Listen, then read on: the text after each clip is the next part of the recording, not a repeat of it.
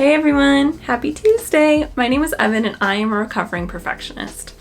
I wanted to do a video on perfectionism today because I think it's something that plagues a lot of people who don't understand that they're stuck because they're trying to make everything perfect. And I want to help you get unstuck. So keep watching to figure out if you are a perfectionist and 5 steps to overcome perfectionism if you are. If you get something out of this video today, please like and subscribe to my channel. I come out with videos every Tuesday and Friday to talk all about personal growth, self-development, self-love, confidence, all these great topics that will really help you improve your life. So the Google definition of perfectionism, the refusal to accept any standard short of perfection. And you know what perfectionism really sounds like? Needing to have all of your ducks in a row before doing anything, keeping high or unrealistic standards of yourself and others, low self-esteem because you've learned that being perfect is the way to get attention and love from someone else. Even if being perfect means sacrificing your own well-being. Worrying so much about being perfect that you get stuck and you're unable to get started, aka procrastination. Feeling guilty, shameful, or even depressed due to not meeting your goals.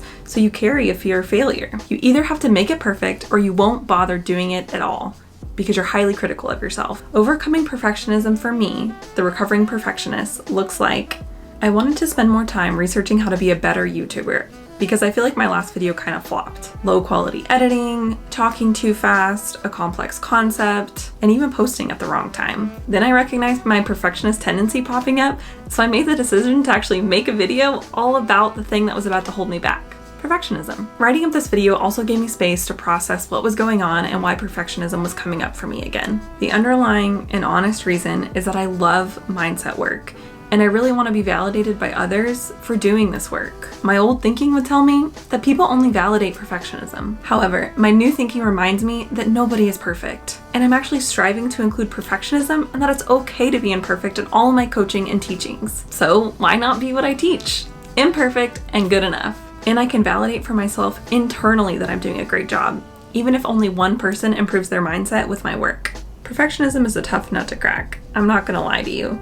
People are gonna tell you to stop being a perfectionist by simply accepting what's imperfect or letting things be good enough. However, I am not one of those people because there's a lot of work to be done before we get to a safe place in our hearts where imperfection is not a threat to our livelihood. The reason for your perfectionism is deep under the surface of your perfectionist tendencies, like your high or unrealistic expectations or even your procrastination. And not everyone's reasoning looks the same. At some point in our lives, we learned that being perfect would give us the love and attention that we desire, and not being perfect would actually bring us emotional distress or even physical harm. I actually had a colleague lay into me for not being perfect at a meeting that I'd already spent days before trying to be perfect.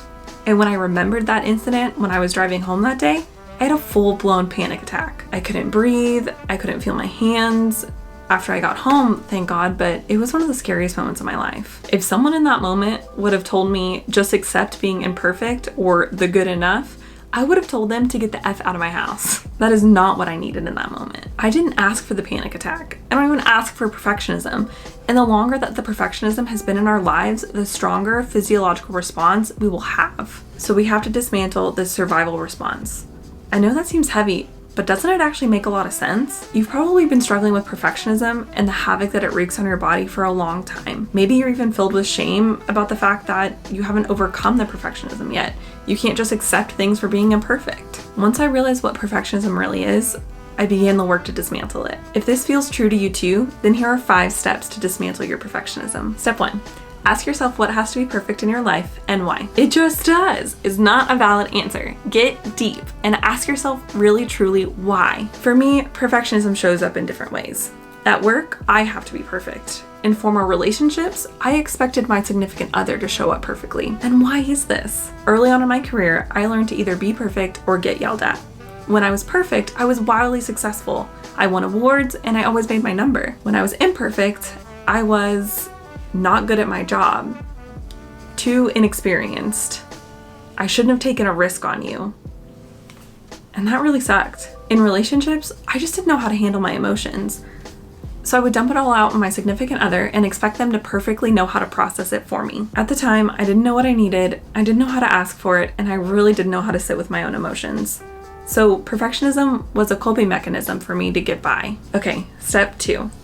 During or after that analysis, let those deep emotions come up. Whether you're sad, depressed, angry, disappointed, just let yourself feel those feelings. And really note that physiological feeling as these emotions come up. Whether that's a pit in your stomach, feeling hot, whatever it is, just make a mental reminder. Or even write it down. Whatever you do, just make sure to sit with your emotions yourself. And after you do that, you can congratulate yourself, because this is a big act of allowing yourself to be imperfect. Okay, step 3, pick a focus area. So over the next week, you can really focus on that and look at how you may be trying to be perfect and what emotions are coming up as a result of that. Really feel that sensation in your body that you noted in steps 1 and 2. What's coming up for you? What are the thoughts? What's going on? Think or write about this experience and don't assign any meaning to it. Be as non-judgmental as possible.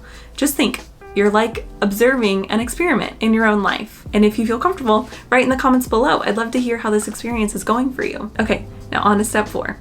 Determine what encouragement or support you need in order to be okay with the good enough.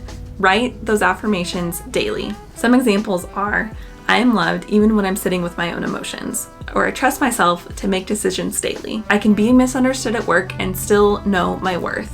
And for the last and final step, step 5, begin to go through steps 1 through 3 more often and gauge the intensity of your emotions. Also, the complete lack of emotion still counts as an intense emotion. Don't think you're getting off that easy. For the perfectionist tendencies that are tied to a less intense emotion, those are a really good starting practice to begin stretching that imperfection or good enough muscle. Once you have a good grasp on that, level up and go to the next intense emotion and still begin to work through your imperfection. This is an ongoing journey, and it may take days, weeks, months, years before you start to actually feel like you're okay with imperfection.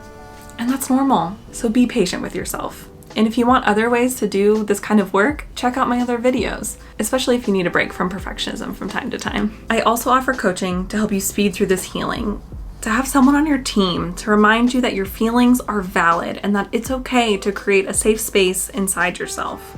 A safe space to be imperfect. I can help you identify what's going on behind your perfectionism, how to create that emotion radar so that you can understand the intensity of your emotions and what it means. And then we'll help you decide what you can overcome first and how to build upon that over time. I love supporting my clients through this journey.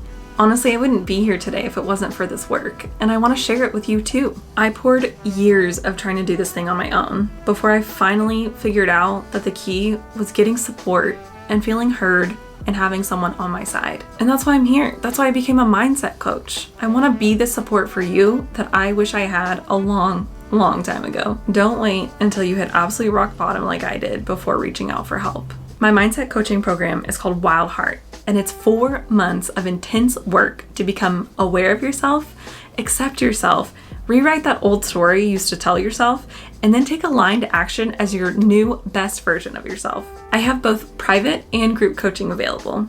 If you're interested in private coaching, just send me a message. My group coaching program is called the Inner Circle, and I actually have a program that's about to start in July. Join now, and I'll put the links below. And if you're watching and it's well past July, well, the link will take you to a waitlist that you can join and then join the next circle. I start one every month. And if you got something out of this video, please like and subscribe down below. I come out with videos every Tuesday and Friday, and I love to talk about all the mindset work that you can do to improve your life. Thanks for watching. See you later.